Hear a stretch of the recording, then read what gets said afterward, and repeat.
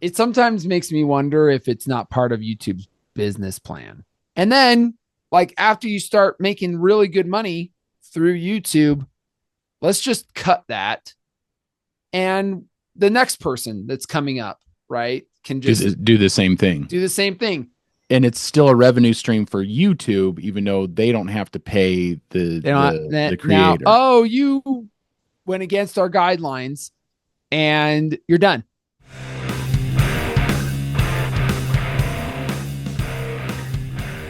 Hello and welcome to the Brothers Random Show. My name is Travis. I'm Michael. And we are two ordinary brothers discussing extraordinary ideas and some random shit. Michael, why are we here? Today we are talking about our second year on YouTube and what we've learned, what's worked, what hasn't worked. Let's get into it. YouTube is funny. It's a funny beast. We Sure is. we'll get lots of views on certain things, not as many views on other things, and it seems a little arbitrary, but just, and we try to make sense of it, but sometimes I wonder. I heard Gary Vaynerchuk. I heard Gary Vaynerchuk say this once. He's just like, you will never know what goes viral. It's most likely going to be the thing that you didn't think was going to go viral. But that's very true. The consistency is really what you have to do. It is weird. That's very true, because there's been videos. There was a couple videos where I was like, these aren't that great. I'm considering not actually putting them, uploading them. And then I do, and they're like huge. We get a bunch of views on them. And then I'm sitting there going, what made that different? And it's hard to tell. It really is, because, and you're right. I think it's completely arbitrary. Like there's no way to tell what is going to do well. There's all these YouTube channels that are like, or you got to put this on your explanation of the video, or you got to put this on your thumbnail. And it's like, I don't think any of that matters, because it's so random. It's just random as to what actually does well and what doesn't do well. It's very frustrating. Yeah, and you want to have high quality, or you're trying to have high quality, but then you'll have, so like the video I did where I went to go vote did fairly well, and I just kind of threw together a fefew stuff, me recording and like going and voting, and I'm just like, what made that do well? It just, from my phone, it wasn't like amazing or something like that. Anyway, yeah. So trying to, I think if you nitpick it enough, you just nitpick it till you go crazy. Yeah, and I've had some weird experiences with the uploads. So there's a popular, so with if anybody knows, with shorts, you're allowed to use a minute of popular music from other sources without getting a copyright infringement. There is a extremely popular video, or extremely popular It's a song. meme. So it's a meme. And I tried doing something similar, and I uploaded it with the song, and I got a copyright infringement. And it's weird, because I'm grabbing the same song that all these other videos are using, and it's not letting me use that song. And I'm like, well, why are all these other videos? And you're grabbing it from YouTube. Like, yes. You're using YouTube provides this. Mm-hmm. That is just bizarre. It's like, it makes me wonder if these videos came out before somebody struck them, but they all have like over 1 million views. And it's like, yeah, that's so weird. It's just a weird, and I mean, I was doing something different. I wasn't using the same visuals, but I was taking the same song. Mm-hmm. And it's weird that they wouldn't allow me to use this. It said something along the lines of, this is no longer available. And I was like, mm-hmm. But I've seen other videos use this song. So why am I not allowed to use this song? It's weird. And, maybe one day we'll understand. Um, if somebody contacts us from YouTube, and maybe I'll just pick their brain about it. It's like, why does this happen? Why does this happen? And I can't imagine they're going to tell me like the secrets of the algorithm or anything like that, but it is I'm very sure strange to not. me. Yeah. Yeah. Well, at least we're not relying on this for an income, because I have a buddy that was making a lot of money off of YouTube until all of a sudden he wasn't. And they gave him zero explanation. But But they just demonetized his completely channel. demonetize their channel. Yep. And it was kind of it was first, it was just one video. Then it was like another video. And then it just like the whole thing done. They never got a good explanation for that. Nope. Huh? Yep. Just small fry. Couple of guys doing a YouTube channel and making really good doing it, and putting a lot of it back into their videos. I mean, Mr. Beast style. Yeah, he always puts it back into his videos. Yeah, but then it kind of makes you wonder, like the behind the scenes, like if his channel was kind of creeping up on somebody else's niche, their niche, and if they probably reported them, and said, hey, these guys are doing what we're doing, and like maybe they have more clout at the company. It's very, very, very weird. It sometimes makes me wonder if it's not part of YouTube's business plan. Now, explain this. You've told me this theory, so let's hear. Let me explain this, because if you have hundreds of thousands of people out there, and they don't have like a lot of subscribers, but they're pretty well up there, and a lot of people watch their content, and so it's hours and hours of viewership on YouTube. Now, if you can somewhat arbitrarily, and it's not like these people that have 100,000 subscribers can retaliate. It's like you get cut. What are you going to do? Sue them? Yeah, it's the biggest company in the world. Thousands and thousands of dollars into lawyers' fees, and probably just to get told no, that like, there's nothing you can do, whatever. And then if they cut so many of those small fry, so just small fry, all the small fry get cut from getting paid. How much money do you think that adds up to in revenue for them? Yeah, people are still watching their stuff. Just YouTube's not paying them anymore. Like, how much money? That's just like line in pockets. So this friend of yours that had a successful YouTube channel, if he's still got those videos out there, if those videos are still up, yes, and people are still watching them, hours of viewership, right? YouTube's still making money. YouTube's still making money off of them. Seems like a pretty good business plan, because if you don't pay anybody for the work that they're doing, and people are desperately trying to make it big on YouTube. Yeah. I mean, all the big uploading. Boys, they wouldn't. I mean, they probably would have never touched the big boys, right? All the like big the Mr. Beasts, on top, the Mr. Beasts. Yeah, Joe Rogan can probably do whatever the hell he wants, but if you just take the bottom 25% of people that make videos and say they have 100,000 subscribers. Oh, each. you want them to keep going for a while, right? Like, you want them to keep bringing making content. Yeah. Content. Keep bringing content. We want you to keep having people on our platform. And then after you start making really good money through YouTube, let's just cut that, and the next person that's coming up, right, can just do the same thing.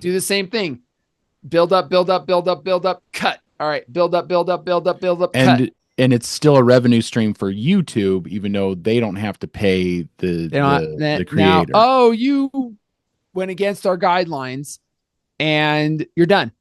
And then though they still get that revenue. YouTube's still getting that revenue from those videos. They still got people watching. It's not, But then so it's not illegal. It wouldn't be illegal. nope. It's unethical. Sure. And it's diabolical, actually. It's like, give these I, people some hope. Give them one of we those don't little, know that yeah, this. give them one of We don't those know. We stupid don't little know that this. plaques. Those stupid little plaques that they have where Yeah. it's like some milestone. Give them one of those, get them all excited about, oh, they're going to be famous YouTubers, and then kind of keep it going, keep it going, keep it going, and then just for no reason, just cut it off. And then you send them like this letter that says something along the lines of, well, you violated our policies, and they go, well, what policies? And then they try to find it. So No answers. a few years ago, I want to say like 3 years ago, this happened to Jordan Peterson, where they just cut him off. He had no access to his emails. He had no access to his, and he went public with it. And within like a week, they had him back on. Mm-hmm. So it makes you wonder. It's like, oh, they try. I think they tried a few different people. I think Dave Rubin got cut or something, mm-hmm. and he. It seems like it's a certain kind of content creator, like say leaning in a certain political direction. Oh, guaranteed. I mean, I guess it could be wrong. Maybe there's some liberals out there that are putting edgy stuff out that get demonetized. I don't think so. I don't think so. Do you think this changes with the election? Do you think they cut back on canceling content creators or trying to cancel content creators? I think the only thing that I think it might do is get people. So one thing that Elon Musk did when he when he bought Twitter and made it X is he kind of allowed for a dissenting voice. Mm-hmm. And now all of a sudden you're starting to see like Jeff Bezos got out ahead of the election and said something. Also, Mark Zuckerberg came out before the election and was just like, "Hey, the FBI pressed me to bury the Hunter Biden laptop thing, and I did it. Sorry." Like, yeah. So like admitting that they kind of played a role in this. Yeah, and that doesn't culture. That doesn't happen without Elon Musk buying Twitter, because what's happened now is there's a dissenting voice. Well, YouTube likes to play this game where they say they're for free speech. Well, agnostic, like they're not taking a side on either side. But then the only time that there's any kind of censorship that they do, it skews in one direction. And it's like, we can see that. I mean, if Jordan Peterson and Dave Rubin, who are considered right wing at this point in their careers, if they can get, semi-canceled, or, the attempt was made to try to stop them, it's like, it's only the stream is only flowing one way, guys. Like, we can see that that's the case. And I mean, you and I, most of our stuff is on YouTube, and most of our content is on YouTube. So that, I mean, this is a concern that we have. It's a good thing that our incomes are not based on this channel in any way. So yeah, and I'd love to do more on Rumble. I have a hard time with the interface of Rumble. I don't think it's hard to navigate, user friendly. Well, and they're trying to distinguish themselves from YouTube by having a different interface, but I think they're shooting themselves in the foot by that interface, because we're so used to the YouTube interface. They should just do as much to be as uniformed as possible, you know. I And you know, maybe. and Elon, if he has it his way, X will become the number one competitor of YouTube. You Oh, know, I they haven't worked out the kinks yet, but I'm thinking that they I might be. yeah, and one of these times we might need to sit down and see about uploading directly to X, because I think Yeah. that might be the way to go. Yeah. Seriously. Well, Um the more weird shit that happens, like using the exact same song for one of our videos that so many other people have used, and then being denied the privilege of using that, kind of makes you go, okay, uh like I'm out. Done. yeah. Don't want to do this anymore. Don't want to deal with this anymore. I think eventually X might be where it's at. Well, if And YouTube YouTube, better look out. yeah, Might want to might want to might want to watch that shit, or like YouTube. lessen the grip, like pull back a little bit, go, okay, maybe we don't need to be doing this. Maybe we should pay our content creators better. Maybe we should, go, oh, hey, come over here. And this is a good thing because we need more competition because YouTube's been kind of had a monopoly on video, eh, anything Yeah. for so long that Yeah. if somebody can beat them at their own game, that would be ideal. See if they can keep the competition going. Like uh Warner Brothers and Disney. They're in competition with each other, and they should be. So You know hey, what'd be interesting? You know, Netflix is mostly films and stuff like that, but what if they came out with like a Netflix U? oh, that would be they Wouldn't would that be I think they crazy? dominate. They'd probably dominate. Well, no, because Netflix U, and basically allow content creators to post stuff. to make stuff and put it out on. Hmm. I I wonder. it probably Netflix U. All right, I should patent it. Netflix U. Brothers Random, the place for ideas. I think that would be cool if Netflix did.